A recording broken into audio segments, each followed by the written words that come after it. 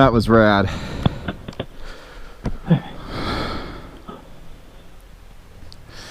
Whew.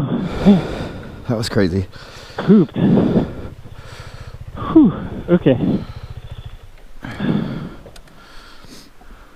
Alright guys, took our final break. We did our final run. We're gonna sign out here. It's getting kind of dark. Oh yeah, real quick, look at the hop-ups. This guy's going nuts. So he's got the rear rack on it. This is the KTM 390, in case you guys were wondering, in case you guys didn't figure that out.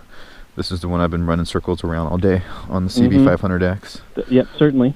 So he's having quick shifter issues. So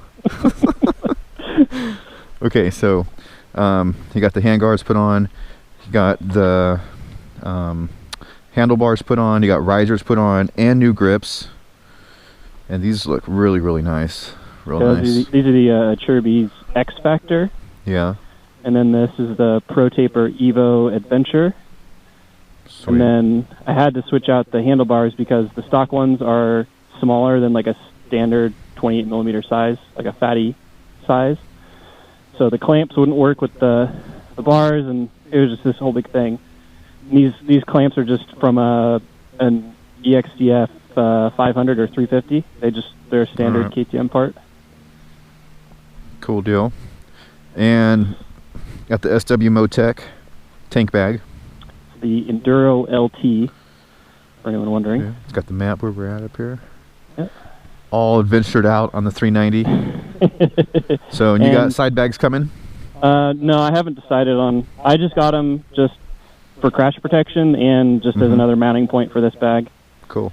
I haven't decided what route I'm going to go, because you can get just like a plate that has a bunch of tie down points on it, and you can put Rotax on there, or you can get the KTM. So these are the SW Motec ones, but they're exactly the same as the KTM Power Parts ones. So you can get either the KTM semi-hard luggage, semi-rigid luggage, or you can get soft luggage or whatever.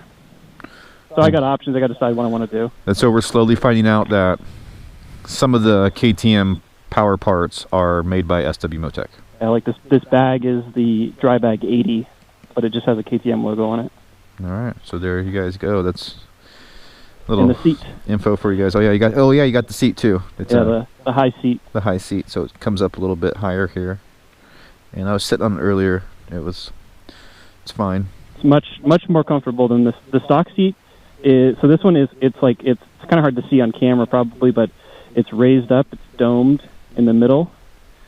And the stock seat is like flat right here, so that makes it super uncomfortable. This one is this one so far is way more comfortable. I noticed that. It was more squared. Yeah. On the edges. This is more rounded. Okay. Yeah, I noticed that when I did sit on it. Okay. All right. Well, that's going to end this episode, folks. So until next time, Oregon Motorcycle. Yeah, that was like the perfect amount of rain. Yep.